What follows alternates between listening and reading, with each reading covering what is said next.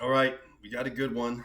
I've dealt with this a few times recently. I've dealt with it a lot through the years, but this has been coming up, and it's a little bit of a morbid subject, but it's freaking real. It's real, and everybody, most of the time when I end up having to deal with this subject, people didn't plan for it. So that's why I kind of wanted to do this video. All right. So the main topic of the video is what happens when to your mortgage when you die. I'm going to talk about the mortgage, but I'm going to talk about your house in general because I do have a lot of people that reach out and somebody passed, the home is paid off, right? So we'll separate between the two of what it is and kind of how it works and shake it out a little bit. But it's important. This is a big one. A lot of people, excuse me. I didn't even say excuse me. I sat there and just freaking burped on video. It's so gross, and I'm not starting over. So if you're watching this, sorry. Uh, but what happens to your mortgage when you die? This is a big deal. So let's get into it. All right. Your mortgage doesn't just simply disappear when you die. And I'm going to give you some tips and tricks and some things that you should be doing right now. There should always be estate planning when you have any assets. And, I think a lot of people think that these topics only deal with somebody that's in their 70s, 80s, or 90s. No, partner, sister, listen, nephew, cousin, all of you. It doesn't matter what your age is. If you have assets, don't screw your family. We don't know how much time we have here on this side of eternity. That's up to God. God sorts that out, not us. You got to deal with it. It's a freaking tough subject, but it's freaking real. All right. So your mortgage doesn't just disappear because you die. It doesn't. It's still there. The bank doesn't automatically go, oh, you know what? They died, so we're taking the house. No, there's a whole lot that needs to happen. And so I also want to put this out there. Every state is different. Okay. Just because you're hearing what I'm saying, what I'm hoping is that today, with everything that I'm saying, it's giving you guidance. It's going to point you in a direction. But the reality is every state's going to be different. There's going to be different laws that are going to be in place, different things that can take place. So don't take whatever's coming out of my mouth as gold. I'm not a lawyer. All right. I'm federally licensed. I'm a federally licensed MLO, mortgage loan originator. I'm also licensed as a real estate agent, but I specialize and only focus in loans. Okay. I don't practice as a real estate agent, but I know a lot because I've been licensed as an agent for a very long time. And this is all I do every day. This is my career. Okay. So the bank doesn't automatically take your house. I think a lot of people talk about this. Oh, this is another one, another caveat. There's a difference between a reverse mortgage and not a reverse mortgage. Okay. I'll talk about both, but I'm going to talk about reverse mortgages a little bit later. So the bank doesn't automatically just take your house. The mortgage still exists and it has to be dealt with. The property and the debt have to be dealt with through the estate or surviving owners, heirs, or other legally entitled successors. But it has to be dealt with. You can't just ignore the mortgage. And this is what I've ran into is some people, they just don't deal with it. Then they call me up when it's, almost too late or a little too late, and they want to find out what's going to take place. So let's break it down, right? Let's talk about the surviving spouse first. Surviving spouse, let's say the surviving spouse is already on the mortgage.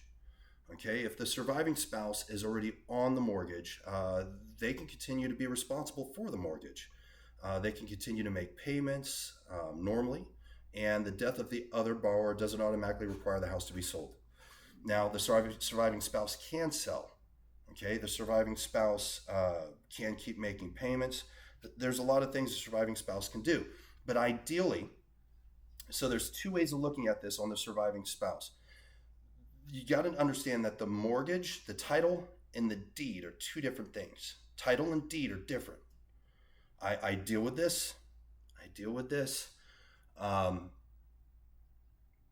Title. Let's talk about the deed first. So when you get a mortgage, if it's you and your spouse and you both go on the mortgage, you're both approved for the mortgage. If you pass away, the spouse can continue to make payments.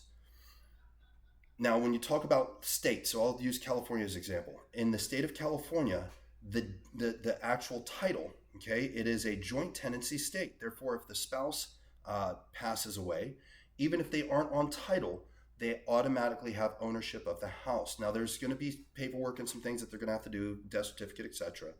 But they are going to have joint tenancy in the state of California. Other states are different, so it's important. This is why I always recommend to people, as you should always put your home into some type of a trust. You should always have some type of living will, but put the property in a trust.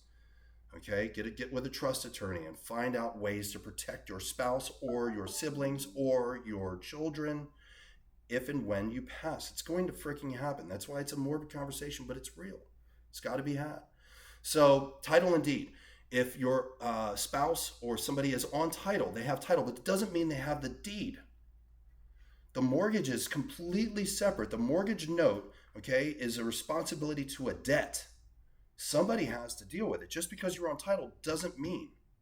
Two separate things. So who inherits or receives a property does not automatically determine who personally owns the mortgage deed and who's responsible to it.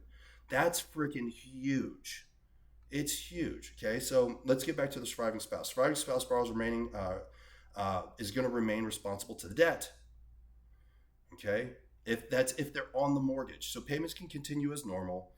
Death of the borrower doesn't automatically mean that the bank's going to call it due or that you have to sell it or anything. The servicer should be notified, and then you're going to have to provide that documentation, like I said. Most of the time, it's going to be a death certificate, things like that. Just keep making payments. That's another one. Don't stop making payments. One of the things that I run into all the time that gets people in trouble. So if you're a child of the deceased, if you're whatever, okay, keep making payments. That mortgage doesn't stop requiring the debt to be fulfilled. It's real. Got to deal with it. So what if the spouse is on title but not on deed? This is where a lot of people get confused. Okay, so being off the mortgage doesn't necessarily mean the surviving spouse has to leave. Not at all, right? Federal law, there's a lot of protections by federal law that are put out there for the safe transfer after death. So the surviving spouse may be able to continue making payments and work with the mortgage servicer as a successor-in-interest. Successor-in-interest is what it's called. Okay, the exact ownership right depends on title. It depends on title, estate documents, and state law. All right, so if you're on title but you're not on the deed or the mortgage, you got to call the servicer. This is where a lot of people go wrong. I just dealt with this. They kept and it was a little bit different. It was a daughter, her father passed, and she just kept making payments, never informed the servicer. And when I say the servicer, right, I'm talking about the bank, right? Whoever actually owns the mortgage. So to make this a little simpler, if you're like, I'm not tracking, Kris. So when you buy a car, most everybody has bought a car, so you're going to be able to understand this. When you buy a car, you own the car, you enjoy the use of the car, you make payments on that car, but that pink slip is still owned by the servicer, which is the bank that gave you the loan for the car. Once you pay it off, you get the pink slip. It's the same thing when it comes to a house, all right? So you got to kind of wrap your head around that. Okay, now let's get into the next one. What if the house goes to children or their heirs? Well, the mortgage still needs to be dealt with. There's no getting around this. From start to finish, mortgage still needs to be dealt with. An heir who acquires ownership may qualify as successor-in-interest. Going right back to the key word, successor-in-interest, may qualify. So they may potentially keep the property, continue dealing with the existing mortgage. They may choose to sell the property. A lot of heirs choose to do that. Or they may choose to refinance the property. This is what most people that I know typically do. They're going to end up refinancing that property if they choose to keep it. Turn it into a rental, move into it. There's a lot of different ways that you can do it, especially if there's multiple heirs to the property, especially because some people want to get paid out. Some people, it's wild almost always whenever there's multiple heirs to the property. I probably shouldn't say this, but it's true. It gets really ugly, and it's almost like they forgot that they love their parents. It really pisses me off. But, at the end of the day, I have to do my job, which is provide a service. But it's like, wow, what would your parents think if they saw you guys squabbling over this freaking house on money that you never paid into, a house that you never sweat for, and you're freaking treating each other like crap. Do me a favor, if you're watching this and you're a sibling and there's siblings involved, don't treat each other like crap. Go into this loving, right? Your parents, God willing, I hope they were good parents, and they wouldn't want you all to freaking completely destroy the family because you're freaking greedy and squabbling over money. Be loving. All right. So, what is successor in interest? It's an important term that you really need to understand. It's generally someone who obtains ownership or interest in the property through certain protective transfers. Okay, there's different types of transfers, but mortgage servicing rules provide protections and processes for concerned successors in interest. So here's what's cool. You can do a lot of research on your own. We have the technology now. We have ChatGPT and all these other really cool AI services. What I would recommend is that you go in there and tell ChatGPT, pretend to be a real estate attorney, or pretend to be a trust attorney, or pretend to be, okay, in the state of whatever state you're in, and then start asking it questions. That's a really good prompt to put into ChatGPT to help you out to try to learn a little bit more within the state that you have in order to get some of this stuff done. But honestly, you're going to want to talk to an attorney. Trust attorney is always great. Real estate attorneys can point you in the right direction and get you who you need to, specific to the state. I cannot express that enough. Every state's going to be a little bit different. So this is another one, due on sale clause. In a lot of the real estate paperwork, there's a due on sale clause. Not always. And a lot of people are confused on this. They think that once somebody passes due on sale, they're going to call the note due. No, that's very, very, very, very rare. Many mortgages contain a due on sale clause, right? But federal law, and this is what you can look up, the Germain Act, okay? The Germain Act. It protects certain transfers from triggering that clause. So you're going to have federal protections, but again, it doesn't mean you get the privilege to ignore it. You have to deal with it. I'm telling you, people call me almost always when it's too late or coming close to being too late and they're under the gun. You can't just freaking ignore it. The moment it happens, you got to start dealing with the mortgage. Somebody has to deal with it, whoever it's going to be. Okay.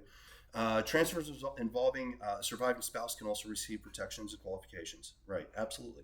So just know that when the borrower dies, the bank doesn't immediately call that whole loan due. It's very rare. So don't stress about that. But again, if you're protecting yourselves prior, this is where I can't say enough. Get with a trust attorney before you are put your family in this position. Put your home in a trust. It's going to give them a lot more freaking flexibility. You're going to know what you can and can't do way prior to anybody passing away. I know it's a freaking morbid thing to deal with, and that's why most people don't. Living wills are good, but putting the property in a trust is gooder. Okay. Does the heir have to qualify for a brand new mortgage? Not necessarily.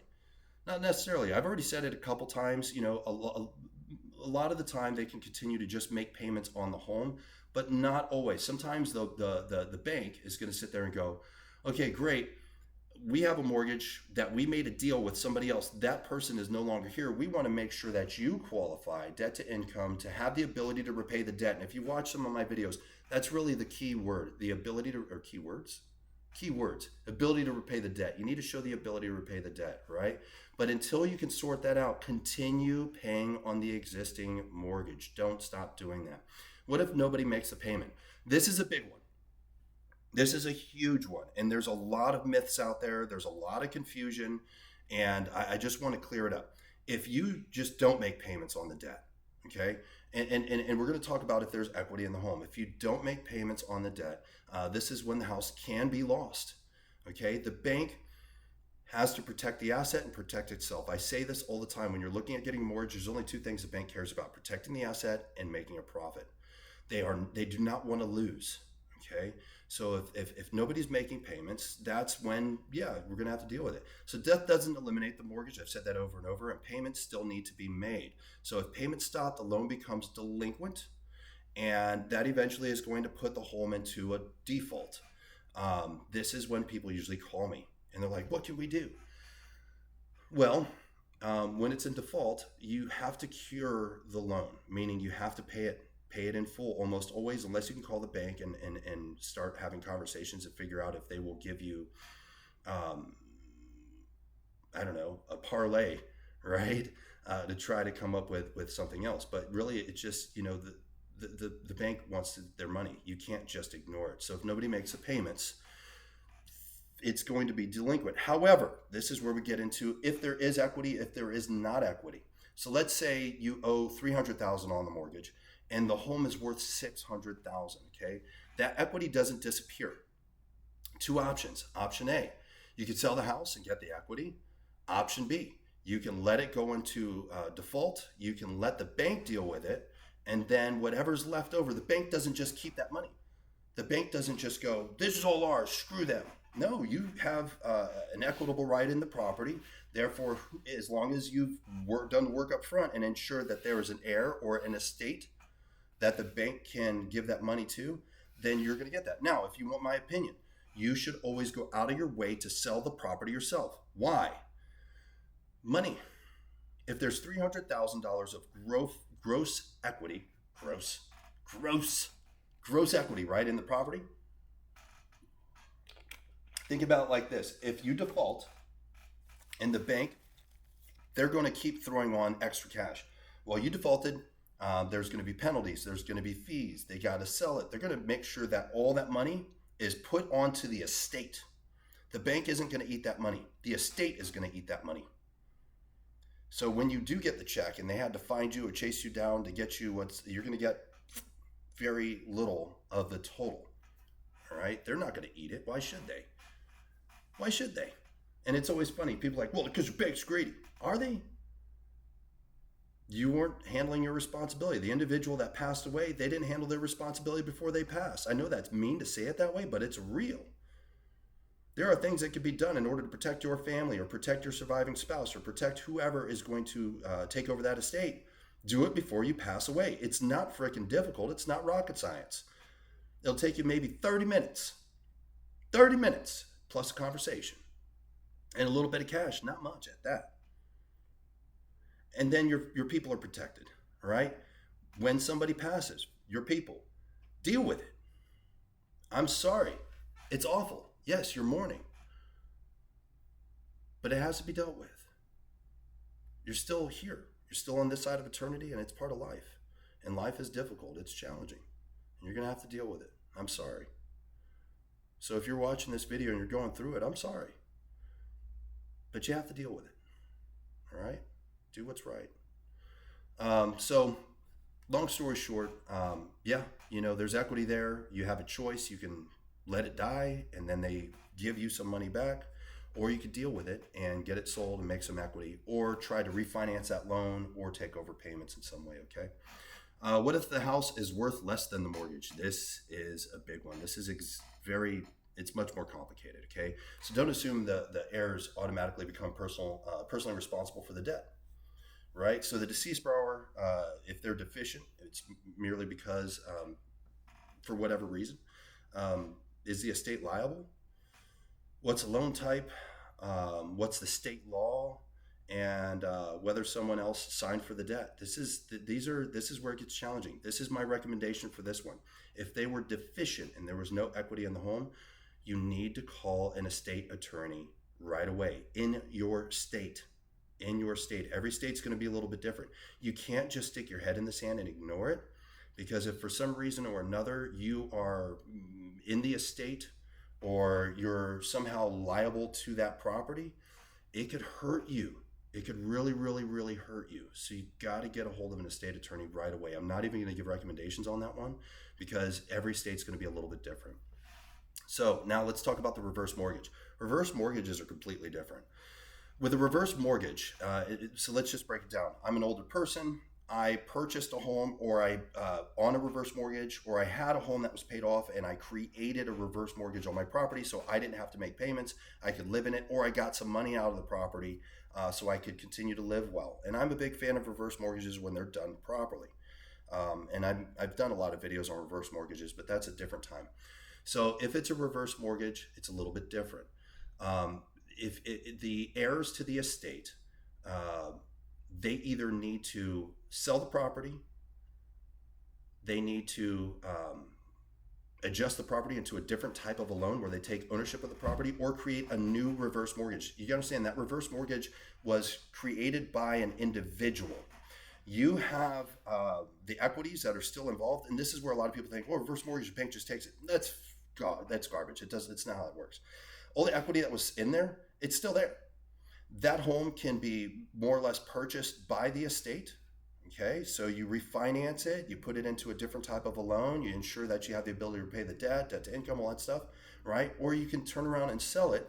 The bank gets whatever they were owed, and you get to keep the rest. But that's honestly a whole different video that I could get lost on for 20, 30 minutes easily. But, heirs generally have options and deadlines for dealing with the property and the loan.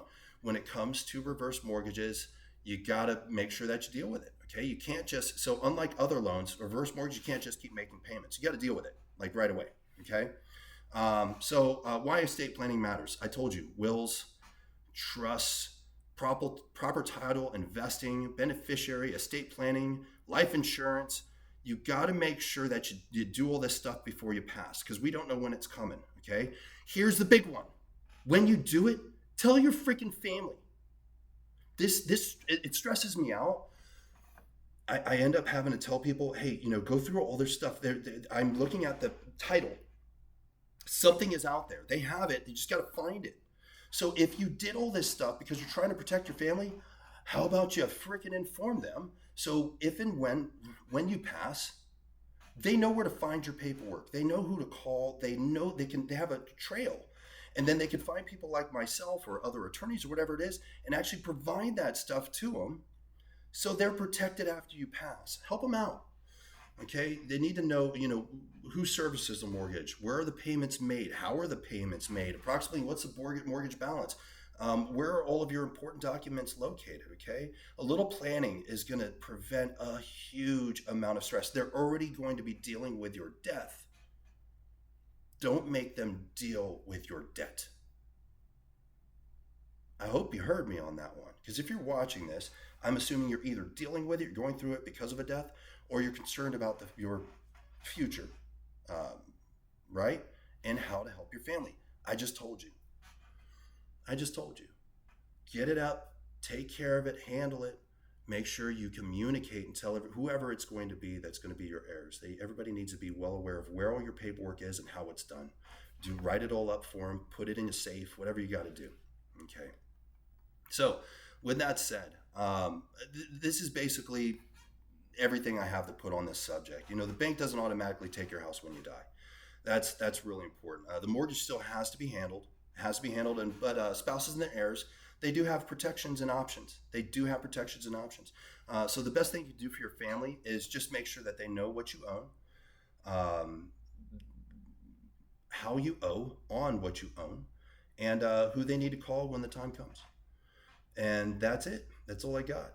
A little bit of a morbid subject. I debated if I want to do this one, but it keeps coming up, and it always will. It's just part of life. We are so blessed to have this brief moment on this side of eternity, and it's going to come to an end for all of us. And as much as it's not fun to talk about, it needs to be talked about. So I'm hoping that if you watch this video, it's going to give you some guidance, whether you're the family or heirs that are dealing with it, or somebody that's trying to plan for their family heirs. I hope it gives you some confidence that you know what's going on, and you'll be able to deal with this in the future. That's all I got. You're welcome to call me. I say this all the time. You can call, text, and I do. I get calls and texts from all over the country from people that watch my videos. My information's down below. Of course, I specialize in mortgage loans. So if you're looking for a mortgage loan, call me. But really, if you like what I'm putting out, subscribe. Watch my videos, share them. If you have somebody that's going through this, share my video with them. They're welcome to call me as well, or shoot me a text. But that's all I got. Appreciate you. Everybody have a good one, and you'll see you on the next video.